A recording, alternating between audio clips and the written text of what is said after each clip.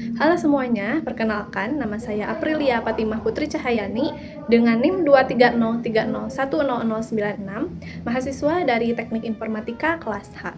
Video ini saya buat untuk memenuhi tugas mata kuliah Komunikasi Antarpersonal di bawah bimbingan dosen pengampu Ibu Sinta Siti Sundari, Eskom Epkom. Dan dalam beberapa menit ke depan, saya akan merangkum materi ini di mana akan membahas mengenai dasar-dasar komunikasi hingga bagaimana sebuah hubungan antar pribadi dapat berkembang. Pertama-tama mari kita mulai dari hal yang paling fundamental, yaitu definisi komunikasi itu tersendiri. Komunikasi berasal dari bahasa Latin communicare, yang berarti berbagi atau memberikan kabar. Namun, pernahkah kita berpikir mengapa manusia harus berkomunikasi? Maka di sini berdasarkan materi yang saya pelajari ada 3 kebutuhan dasar menurut William Scott yang mendorong hal ini. Untuk pertama yaitu ada afeksi, berarti sebuah keinginan untuk memberi atau menerima sebuah kasih sayang.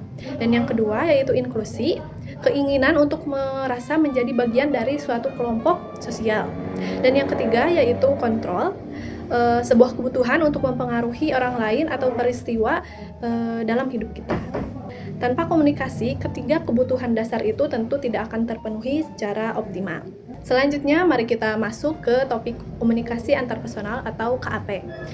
Sederhananya, KAP itu adalah suatu proses pertukaran makna secara tatap muka antara dua individu. Ada satu poin penting yang saya garis bawahi dari judisi, di mana person adalah KAP yang bersifat irreversible atau tidak dapat diulang maupun diubah. Jadi begitu sebuah kata terucap, maka kita tidak bisa menariknya kembali. Dan selain itu, selain kata-kata ada juga peran besar dari komunikasi nonverbal. Saya belajar bahwa pesan yang kita sampaikan melalui bahasa tubuh atau nada suara hingga ekspresi wajah seringkali jauh lebih jujur dibanding kata-kata lisan. Dan inilah mengapa dalam berkomunikasi secara personal sangat penting bagi saya dan bagi kita semua untuk menyelaraskan apa yang kita ucapkan dengan sikap tubuh yang kita tunjukkan.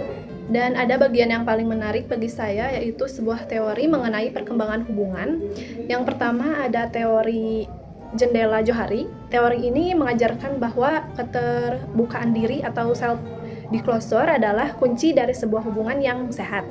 Jadi semakin kita berani terbuka, maka area pemahaman bersama antara lawan bicara akan semakin luas. Lalu yang kedua yaitu adalah teori penetrasi sosial yang sering dianalogikan seperti bawang merah, di mana saat pertama kali mengenal seseorang, saya berada di lapisan terluar yang isinya hanya basa-basi.